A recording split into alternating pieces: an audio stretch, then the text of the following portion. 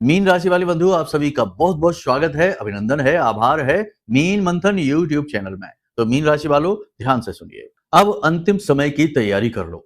अंतिम समय किस चीज का? तकलीफों का, परेशानियों का।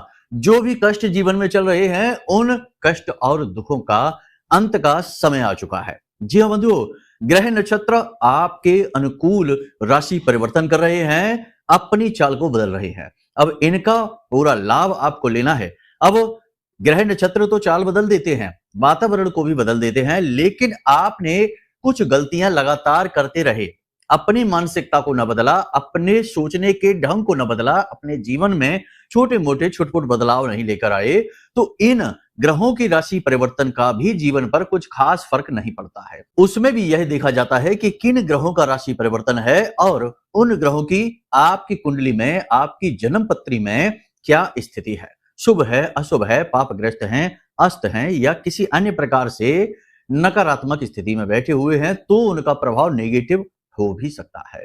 कहने का मतलब यह है कि आपको कुछ जरूरी सावधानियां रखनी है, कुछ जरूरी कार्य करने हैं और कुछ संकेतों को समझना है। इन संकेतों से आप समझ जाएंगे कि होने वाले बड़े ग्रहों के राशि परिवर्तन, जिनकी हम बात करें, शुक्र की बात करें, बुध तो अस्त हो ही चुके हैं, और जैसे कि हम बात करें मंगल का राशि परिवर्तन, इनका आपके ऊपर क्या प्रभाव पड़ने वाला है, संकेत हम आपको बताएंगे। अच्छे बुरे मिले जुले संकेत बताएंगे, आपको पता लग जाएगा कि ये जो राशि परिवर्तन है, ग्रहों की स्थितियां बदल रही हैं, इनका आप पर क्या प्रभाव पड़ने वाला है। इसी के साथ साथ हम आपके आने वाले 3 से 5 दिनों की सटीक भविष्यवाणियां करेंगे। 5 भविष्यवाणियां करेंगे, कुछ पॉजिटिव कुछ नेगेटिव, लेकिन इन भविष्यवाणियों में आपके लिए मार्गदर्शन भी होगा। हर भविष्यवाणी के लिए कुछ जरूरी सलाह, छोटी छोटी सलाह भी हम आपको देते चलेंगे, तभी तो वह भविष्यवाणी पूर्ण होती है। जो भी गुरु का कर्म है वो यही है कि ना केवल समस्या बताएं बल्कि समाधान की भी बात करें। तो ये कर्म हम करेंगे। इसी के साथ साथ कार्यक्रम के अंत में आपको बताएंगे एक ऐसा शक्तिशाली उपाय, जरूरी उपाय, जो आपको आने वाले 5 से 7 दिनों तक लगातार प्रतिदिन करना है, रोज करना है। इसको करने से आपका बुध, शुक्र और मंगल तीनों ही अनुकूल हो जाएंगे, और ये 3 ग्रह अनुकूल होने से जीवन में कई प्रकार के कष्टों का नाश होता है। देखो, बुध शुक्र ये वैसे तो ग्रहों की दृष्टि से देखा जाए तो ग्रह ही हैं, लेकिन कहीं ना कहीं इनका शास्त्रीय कोण इस प्रकार से भी बनता है कि बुध को नारायण और शुक्र को लक्ष्मी, माता लक्ष्मी का प्रतीक माना जाता है। तो इस लिहाज से यदि आपने इन दोनों ग्रहों को अनुकूल बना लिया, साथ ही मंगल, मंगल जो हनुमान जी के अधीन है, हनुमान जी को ही सूचित करते हैं, उनका प्रतीक ही है। तो यदि मंगल भी अनुकूल हो गया तो फिर आपके जीवन में पॉजिटिविटी बहुत ज्यादा आएगी, काम पूरी गति के साथ चलेंगे, बिगड़े काम बनने लगेंगे और व्याधियां, परेशानियां, अड़चने, नकारात्मकताएं जीवन में है वो एक एक करके समाप्त होने लगेगी। तो ये जो उपाय है ये आपको जरूर करना है, समय की मांग है ये। अगर आपने इस उपाय को नहीं किया तो आप बहुत बड़ी भूल कर बैठेंगे। देखो क्या होता है ना, जैसा कि हमने शुरुआत में कहा कि ग्रह तो अपनी चाल बदल देंगे, कुछ समय बाद फिर से पॉजिटिव, फिर से नेगेटिव, ये तो चलता ही रहता है। ग्रह तो रुके हैं नहीं, अपनी गति बनाकर घूम रहे हैं। आपका यह धर्म है, आपकी यह ड्यूटी है कि आप पहचाने ग्रहों की चाल को। प्राचीन काल में ज्योतिष विद्या को सामान्य शिक्षा पद्धति में पढ़ाया जाता था। मौखिक तौर पर लोगों को छोटे मोटा ज्योतिषीय गणित लगाना आता था, तो लोग जानते थे, समझते थे कि उनके ग्रहों की स्थितियां क्या हैं, कब किस प्रकार का गोचर हो रहा है, शुभ है, अशुभ है। अपनी कुंडली, अपनी पत्री को थोड़ा बहुत पढ़ना जानते थे। तो इससे होता यह था कि बहुत सारी समस्याओं को वो अपने जीवन में आने से रोक दिया करते थे और अच्छे समय का पूरा लाभ ले लिया करते थे, जिन्हीं को लोग चमत्कारों का नाम भी देते हैं। आज के समय में ये विद्या गुम हो चुकी है, तो इस वजह से लोग परेशान हैं, बिना मतलब में ही। जहां अच्छा होने वाला होता है वहां बुरा हो जाता है, जहां रिश्ते बन रहे होते हैं वहां अचानक से बिगड़ जाते हैं। चीजों की समझ नहीं है, ग्रहों की चाल का अध्ययन नहीं है, ज्ञान नहीं है। खैर, चिंता की बात नहीं है, सारी बातें हम आपको समझाने जा रहे हैं। बस आपको करना यह है कि बिल्कुल फुर्सत से सभी कार्यों को छोड़कर पूरे चैन से, चित्त के साथ, ठंडे दिमाग से कार्यक्रम को देखना है, बातों को समझते जाना है। हर एक बात बहुत महत्वपूर्ण है और आपके जीवन से जुड़ी हुई है। आप नहीं देखेंगे तो कौन देखेगा? आखिर आपको ही कदम उठाना पड़ेगा। मार्गदर्शन देना हमारा काम है, हम इतना ही कर सकते हैं। करना आपको है, कदम आपको उठाने हैं, कर्म आपको करना है। ठीक है, तो उम्मीद करते हैं सारी बात आप समझ रहे हैं। कार्यक्रम में अंत तक जरूर ठहरेंगे। महामाई को याद करते हुए कमेंट बॉक्स में पूरे भक्ति भाव के साथ लिख डालिए, जय मां भद्रकाली कृपा करो। हर हर महादेव। श्रावण का पवित्र महीना आपके जीवन में खुशियां ही खुशियां लेकर आएगा, ऐसी उम्मीद करते हैं, भोलेनाथ से प्रार्थनाएं करते हैं। तो चलिए बंधुओं, अब ध्यान से सुनिए। जय माई की। बंधुओं, ज्योतिष और तंत्र विद्या के क्षेत्र में आचार्य अमित एक जाना माना नाम है। पूज्य गुरुदेव के साधनाओं और ज्योतिष विद्या के अनुभव बेहद दिव्य है। जी हाँ, पूज्य गुरुदेव ने जिसकी भी कुंडली का विश्लेषण किया और कुंडली के अनुसार उसे सटीक उपाय व महामाई माँ बगलामुखी की विशेष कृपा दी, उसके जीवन में सकारात्मक बदलाव तो आए ही है। फिर चाहे समस्या कितनी ही कठिन क्यों ना हो, समाधान तो अवश्य हुआ है। अब ऐसे में यदि आप भी अपने जीवन की किसी बड़ी समस्या से जूझ रहे हैं, जैसे कि कर्जा बढ़ता ही जा रहा है, काम धंधा और व्यापार सब रुक चुका है, रिश्ते नातों में तनाव हद से ज्यादा बढ़ गया है, पूरा जीवन ही नकारात्मकताओं से भर गया है, तो ऐसे में यही सही समय है जब आप श्रेष्ठ गुरु से मार्गदर्शन प्राप्त करें और जीवन के अंधकार को समाप्त कर दिव्य प्रकाश की ओर कदम बढ़ाएं। वीडियो में दिए गए नंबरों पर तुरंत संपर्क करिए और अपनी कुंडली का विश्लेषण व समाधान पूज्य गुरुदेव के द्वारा करवा लीजिए। देर ना करें, आपके देवी देवताओं के आशीर्वाद से ये मौका खुद चलकर आपके पास आया है, इसे गंवाना नहीं है। अभी फोन करें और गुरुदेव से मार्गदर्शन प्राप्त करें। महामाई आपका कल्याण करें। धन्यवाद। 24 जुलाई को बुध का अस्त हो जाना, 26 जुलाई को शुक्र का राशि परिवर्तन करना, मिथुन राशि में पहुंच जाना, और 28 जुलाई को मंगल देव का राशि परिवर्तन करके कन्या राशि में प्रवेश कर जाना, केतु से युति को तोड़ देना। याद रखना कि केतु से जब मंगल की युति बनती है तो मंगल बद हो जाता है, शुभ फल देने कम कर देते हैं या बंद ही कर देते हैं।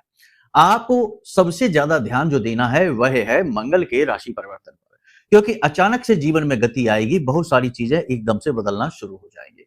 आपका एटीट्यूड, आपके सोचने का तरीका भी इससे प्रभावित होगा, वह भी इससे अछूता नहीं है। आपको अपनी कुंडली में इन तीनों ग्रहों की स्थितियों को जानना देखना बहुत आवश्यक है। यदि आप निकाल सकते हैं तो अपनी जन्म कुंडली को निकाल कर देख लीजिए, तीनों ग्रहों की स्थितियों को देख लीजिए।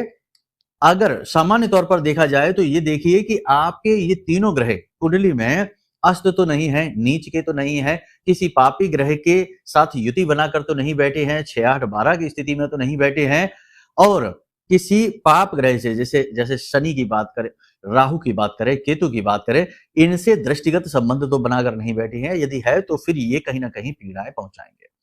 सूर्य शुक्र भी साथ हो जाए तो पीड़ागत हो जाते हैं। अब आपको ये सारी चीजें यदि समझ में नहीं आती हैं तो कोई बात नहीं है, आप अपनी कुंडली का विश्लेषण करा लो। छोटी सी दक्षिणा के साथ हम आपकी कुंडली का श्रेष्ठतम आकलन करके समाधान दे देंगे।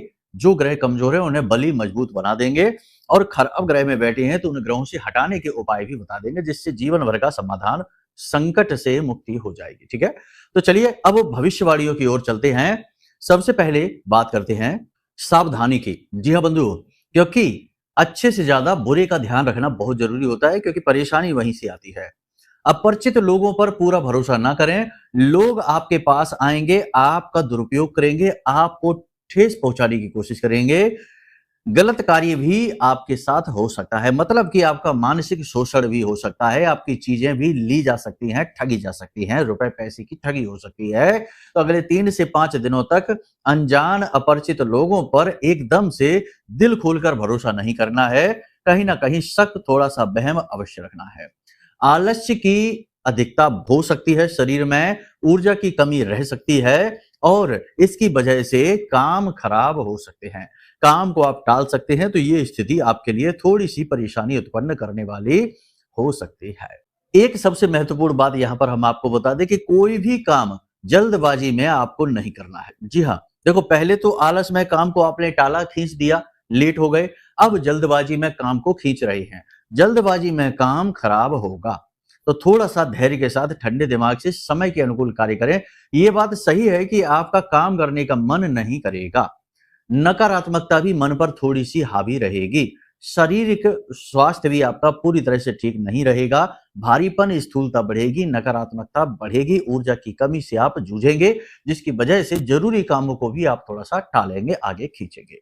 काम का दबाव भी थोड़ा सा कम होगा। जैसे प्रोफेशनल की बात कर रहे हैं, बिजनेस हो चाहे नौकरी हो, कार्यस्थल पर काम का थोड़ा सा प्रेशर हल्का होगा। इतना कठोर हार्ड वर्क, मेहनत अभी आपको नहीं करनी पड़ेगी। उधारी से आप परेशान रहेंगे। यदि आप व्यापार करते हैं, बिजनेस करते हैं, तो उधारी आपको बहुत परेशान करेगी। लोग आपसे उधार सामान ले लेंगे, लेकिन पैसे देने में नानुकुर करेंगे, टालेंगे, जिससे आपका पैसा अटकेगा, आप परेशान हो जाएंगे। सामान्य स्थिति में भी इस बात की संभावना है कि कोई आपसे उधार पैसे मांग सकता है, तो थोड़ा सा सावधान होकर और उसका पुराना रिकॉर्ड देखकर ही उसे पैसे देना है। यूं ही बिना सोचे समझे ना दे देना, और एक सीमा में रहकर ही देना है। लिमिट से ज्यादा, सीमा से ज्यादा लेन देन खतरनाक रहेगा, आपका ही पैसा अटकेगा। छोटी छोटी बातों का ख्याल रखिए, ये बहुत महत्वपूर्ण है। जैसे जल्दबाजी वाली जो टॉपिक था, उसी में हम आगे ये कह सकते हैं कि छोटी छोटी बातों को इग्नोर नहीं करना है, ठीक है ना।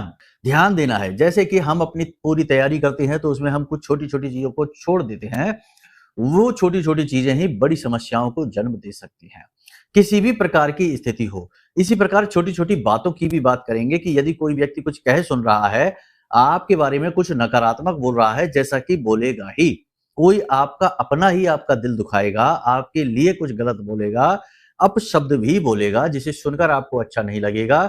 हम तो इन्हें छोटी छोटी बातें ही कहेंगे। देखिए, आपका जीवन है, आपका मन है, और आपका इस पर पूरा नियंत्रण होना चाहिए। दुनिया का कोई भी इंसान कुछ भी कहता रहे, आपको इससे कोई फर्क नहीं पड़ना चाहिए, क्योंकि आप क्या हैं, कौन हैं और क्या करते हैं, ये आप अच्छी तरह से जानते हैं। आप अपने लिए सच्चे हैं, दुनियादारी से आपको कोई फर्क नहीं पड़ना चाहिए। तो छोटी छोटी बातों का, यानी गलतियां जो हो सकती हैं, उन गलतियों का ख्याल रखिए, और छोटी छोटी बातों को दिल से नहीं लगाना। किसी ने कुछ कह सुन दिया तो बैठ के रो रहे हैं, आंसू बहा रहे हैं, हम तो इससे इतना प्रेम करते थे, लेकिन अब इसने कैसा, देखो हमारे बारे में क्या बोल दिया, क्यों कह दिया, ऐसा इसने क्यों किया, हमें धोखा क्यों दिया। ये सारी बातें बिल्कुल बेईमानी है। आज का समय जो है ना, वो बड़ा क्रूर है। आज के समय में लोग बस यही मौका तलाशते रहते हैं कि कैसे अपना मतलब सीधा हो। अपना मतलब सीधा होने के बाद एक बार भी पीछे मुड़कर नहीं देखते हैं, और अपनों में ही शत्रु छुपे बैठे हैं। ये याद रखिए, खास तौर से आपकी राशि के जातकों के लिए शत्रु बाहर से नहीं आएंगे, अपनों में ही लोग शत्रुता निभाएंगे, ठीक है। अगली भविष्यवाणी बहुत अच्छी है कि आप किसी प्रकार के धार्मिक पूजा पाठ अनुष्ठान में भाग ले सकते हैं, धार्मिक यात्रा पर जा सकते हैं, पूजा पाठ का कोई विशेष उपाय, कोई विशेष क्रिया करते हुए दिखाई दे रहे हैं, जो कि बहुत ही अच्छी बात है। कोई मंत्रोच्चारण वगैरह भी आप कर सकते हैं, मांत्रिक अनुष्ठान भी आप कर सकते हैं, जो कि बहुत जरूरी भी है। क्योंकि जो भी जीवन में नकारात्मकता है, यानी कि कह सकते हैं कि दुर्भाग्य हमारे नसीब में लिख गया है, इस दुर्भाग्य को काटने की शक्ति मंत्र के पास ही है। इसीलिए तो तुलसी बाबा ने लिखा कि मंत्र महामणि विषम ब्याल के, मैटत कठिन कुंक भाल के। तो ये ऐसे ही नहीं, संतों ने जो लिखा वो उन्होंने महसूस किया, अपने ज्ञान के आधार पर, अपने तपोबल के आधार पर उन्होंने जो चीजें महसूस की, अनुभव किया, वही तो उन्होंने लिखा। आज हम उनकी बातों को समझते ही नहीं है, भाव ही नहीं देते, क्योंकि आज हम भौतिकवादी हो गए। हमें जो चीजें आमने सामने दिखती हैं, हम बस उसी पर भरोसा करते हैं, जो दिखती नहीं हम कह देते हम नहीं मानते उन चीजों को। तर्क कुतर्क वितर्क करके चीजों का खंडन करने की जो आज की स्थिति है, ये फैशन बन चुकी है। लोग इसमें ज्यादा बुद्धिमान दिखाई देते हैं दूसरों को, हमें तो मूर्ख दिखाई देते हैं। किसी की बात को दिल से नहीं लगाना है, हम कह चुके हैं। किसी बात को लेकर मन में भय रहेगा, कोई फैसला आने को है, किसी प्रकार का कोई निर्णय, कोई डिसीजन, कोई विवाद की स्थिति, कोई जॉब का इंटरव्यू हुआ था उसका कुछ आने को है, या कोई अनजाना डर भय, कोई लोन, कोई कर्जा, किसी प्रकार का लेन देन, किसी प्रकार का कुछ ऐसा है आपके मन में जो आप बता नहीं पा रहे लोगों को, किसी को, लेकिन अंदर ही अंदर वह आपको खाए जा रहा है। लगातार आपको मन में भय, डर रहेगा। थोड़ी आपकी वाणी भी असंतुलित होगी, आप गलत शब्दों का प्रयोग भी कर सकते हैं, आवेश में भी आप आ सकते हैं। थोड़ा अपनी वाणी पर भी आपको नियंत्रण रखना है। और याद रखिए कि जो चीजें जीवन में आप नियंत्रित नहीं कर सकते हैं, उन्हें भगवान के ऊपर छोड़ने में ही अक्लमंदी है, क्योंकि वो चीजें भगवान ने अपने हाथ में ही ले रखी हैं। इसीलिए तो आप उनमें कुछ कर नहीं सकते, उनका फैसला भगवान ही करने वाले हैं, तो उन्हीं को करने दो, उनका काम उन्हें करने दो, आप अपना काम करो, इससे आप बहुत हल्के रहेंगे, ठीक है। चीजों को केवल और केवल अपने व्यक्तिगत नजरिए से मत देखो। जिंदगी बहुत ही विस्तृत है, बहुत बड़ी है। बड़ी से मतलब यहां हम वर्षों की बात नहीं कर रहे हैं, हम इसके व्यापक स्वरूप की बात कर रहे हैं, वैश्विक स्तर की बात कर रहे हैं। देखिए, छोटी सी एक कहानी है कि एक किसान जो है वो अपनी बड़ी बेटी के घर जाता है, तो बड़ी बेटी कहती है कि पिताजी आप भगवान से, क्योंकि उसके पिताजी पूजा पाठ करने वाले थे, तो कहती है कि पिताजी आप भगवान से कहना कि इस वर्ष बारिश बहुत अच्छी कराएं, हमारी खेती हमने जो की है ना उसमें ज्यादा बारिश की आवश्यकता है। पिताजी कहते ठीक है, भगवान से हम दुआ करेंगे। उसके बाद पिताजी छोटी बेटी के घर जाते हैं, तो छोटी बेटी ने ईंटें पथवाई थी, ईंटें जो होती है ना, मकान बनता है, वो ईंटें पथवाई थी और ईंटें कच्ची थी। तो वो कहती है कि पिताजी आप भगवान से प्रार्थना करना कि इस वर्ष बारिश ना करें ज़्यादा, अगर बारिश हो गई तो हमारी ईंटें सारी की सारी खराब हो जाएँगी, मिट्टी बन जाएँगे। तो अब पिताजी तो बड़ी ही दुविधा में फँस गए कि एक कहती है कि दुआ करो कि बारिश हो, एक कहती है कि बारिश ना हो। तो अब भला भला पिताजी क्या बोले, क्या माँगे? तो उन्होंने इसे भगवान पर ही छोड़ दिया कि आपको जो अच्छा लगे वो आप करिए। यही संत स्वभाव है, यही बुद्धिमान का स्वभाव है। तो हम जब व्यक्तिगत नज़रिए से चीज़ों को देखते हैं तो हमें गलत और सही चीज़ें दिखती हैं, लेकिन उसके नज़रिए से चीज़ें सर्वश्रेष्ठ होती हैं। हो सकता है आज जो चीज़ हमें बहुत खराब लग रही हो कि हमारे जीवन में ये चीज़ बहुत खराब है, लॉन है, बहुत परेशान कर रहा है, ये इंसान हमें बहुत ज़्यादा व्याकुल कर रहा है, परेशान कर रहा है। कल आज से 2 साल, 4 साल बाद हमें वही स्थिति अच्छी लगने लगे कि अच्छा हुआ कि उस समय हम इतने परेशान थे, हमने ये काम कर लिया और आज हम देखो यहाँ तक आ गए। तो ये चीज़ें इसी तरह कार्य करती हैं बंधुओं। समझ का फेर है। जानबूझकर अपने जीवन को नर्क ना बनाइए। अपना नर्क ना, अपना स्वर्ग बनाइए, स्वयं अपने हाथों से, ठीक है ना? मरने के बाद किसने देखा है कि स्वर्ग है कि नर्क है? हम जीते जी ही अपने जीवन को जब नर्क बनाकर बैठे हैं, दिन-रात कुढ़ रहे हैं, मन ही मन जल रहे हैं, तो फिर हम ये कैसे उम्मीद कर सकते हैं कि मरने के बाद हमें स्वर्ग मिलेगा, जब हमने जीवन में तो नर्क भोगा है। आप समझ रहे हैं ना हमारी बात को? अगली भविष्यवाणी यहाँ पर यह है कि लोग आपकी बातों का गलत मतलब निकालेंगे, किसी को सलाह देने की जरूरत नहीं है, किसी के व्यक्तिगत जीवन में दखल-अंदाज़ी ना करें। इसी के साथ-साथ सबसे बड़ी बात कि अपनी मन की बातों को किसी से शेयर ना करें, बातों का गलत फ़ायदा उठाया जा सकता है, थोड़ा-सा सावधान रहने में भलाई है। समय कुछ करने का है, कुछ बदलने का है। इस समय आप अपने ऊपर ध्यान दीजिए, एकाग्रचित्त रहिए, अपने कार्यों को पूरी ईमानदारी, तन्मयता के साथ करिए। आलस्य को अपने ऊपर हावी ना होने दीजिए और अपनी सेहत का विशेष ख्याल रखिए। ब्लड प्रेशर से जुड़े हुए जो रोगी हैं, हार्ट से जो जुड़े हुए रोगी हैं, एंजाइना वगैरह का जिनको तकलीफ, हाइपरटेंशन वगैरह की जो तकलीफ रहती है, ऐसे लोग बहुत परेशान हो सकते हैं, हॉस्पिटल तक जाना पड़ सकता है। पेट में किसी प्रकार का दर्द, इन्फेक्शन हो सकता है, फिसल कर गिरने और चोट लगने का भी भय है। वाहन आदि भी संभल कर चलाएं। इन सावधानियों के साथ चलें, जीवन बड़ा ही सुंदर है। टेंशन न लें, आने वाला समय बहुत ही अच्छा है। उपायों के माध्यम से हम चीजों को अनुकूल भी बनाएंगे। अब बात करते हैं उपाय की, जो आपको अगले 7 दिनों तक, आज आप जिस कार्यक्रम को देख रहे हैं, कल से ही इस उपाय को करना शुरू कर दीजिए। दिन का कोई विशेष ख्याल नहीं। तो आपको करना क्या है कि एक आटे का दीपक जलाना है। हम पहले भी इस उपाय को बता चुके हैं, फिर से बता देते हैं, ध्यान से समझ लेना। तो एक आटे का दीपक बनाना है, गाय के घी से इस दीपक को जलाना रहेगा। तो गाय का घी ले लीजिए, साथ ही बड़ का एक पत्ता, बरगद का पेड़ जो होता है ना, उसका एक पत्ता टूटा फटा नहीं हो, एक पत्ता लेना है साबुत, और उस पत्ते पर उस आटे के दीपक को रखकर हनुमान जी के सामने, मंदिर में जाकर हनुमान जी के सामने जलाइए दीपक को, और वहीं पर बैठकर 11 हनुमान चालीसा का पाठ करिए और एक बार बजरंग बाण का पाठ करिए, ठीक है? उसके बाद हनुमान जी से अपनी इच्छा मनोकामना मांगिए कि आपका आने वाला समय शुभ हो, कर्जा बहुत है तो कर्जा मुक्त हो। जो भी इच्छा मनोकामना है आपकी, उसे आप मांगिए। हनुमान जी आपकी सारी इच्छा मनोकामना पूरी करेंगे और मंगल का राशि परिवर्तन आपके अनुकूल बना देंगे, चाहे कुंडली में मंगल प्रतिकूल स्थिति में ही क्यों ना बैठा हो, ठीक है? जब आप मंदिर से बाहर निकलें, दीपक ठंडा होने के बाद ही बाहर निकलें, उससे पहले ना निकलें। तो उस जो पत्ता है, जो आटा है, उसे आप गाय को खिला दें, ठीक है ना? सबसे अच्छा उपाय है। इस उपाय को लगातार 7 दिनों तक आप करिए, चमत्कार होंगे। मंगल का राशि परिवर्तन होने के बाद जीवन में स्थायी सुख आएंगे, नकारात्मकताएं दूर होंगी। और सबसे बड़ी बात कि कुछ चीजें हैं जो आपको इन 5 से 7 दिनों में भूल कर भी नहीं करनी है, जैसे शराब ना पिएं, मांसाहार ना करें, जुआ वगैरह, सट्टेबाजी, गेमिंग ऐप जो होते हैं उनमें पैसा-वैसा ना लगाएं, स्त्रियों का अपमान भूल कर भी ना करें, ठीक है? वाणी पर संतुलन रखें, कड़वे शब्दों का प्रयोग ना करें, किसी को चोट पहुंचाने वाले शब्दों का प्रयोग ना करें, अपनी वाणी को पूरी तरीके से संतुलित रखें, नियंत्रण में रखें। अपशब्दों का, नकारात्मक शब्दों का भूल कर भी प्रयोग ना करें। और सबसे बड़ी बात कि मुसीबत का समय हो या नकारात्मक समय हो या शांति से अकेले में बैठे हो, आंखें बंद करके 10-20 मिनट के लिए सभी ख्यालों से मुक्त हो जाइए, अपने मन के बर्तन को खाली कर दीजिए और थोड़ा-सा एकाग्र हो जाइए। कहने का मतलब यह है कि ध्यान अवश्य करिए।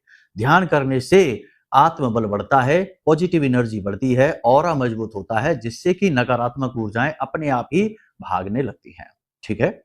तो चलिए बंधु, उम्मीद करते हैं कि सारी बातें आपने समझ ली हैं। अब यदि कोई प्रश्न मन में उठे तो आप हमसे नंबर दिए हैं, इन पर फोन करके पूछ सकते हैं। कुंडली विश्लेषण करानी है तो इसके लिए भी वीडियो में दिए गए नंबरों पर फोन कर सकते हैं।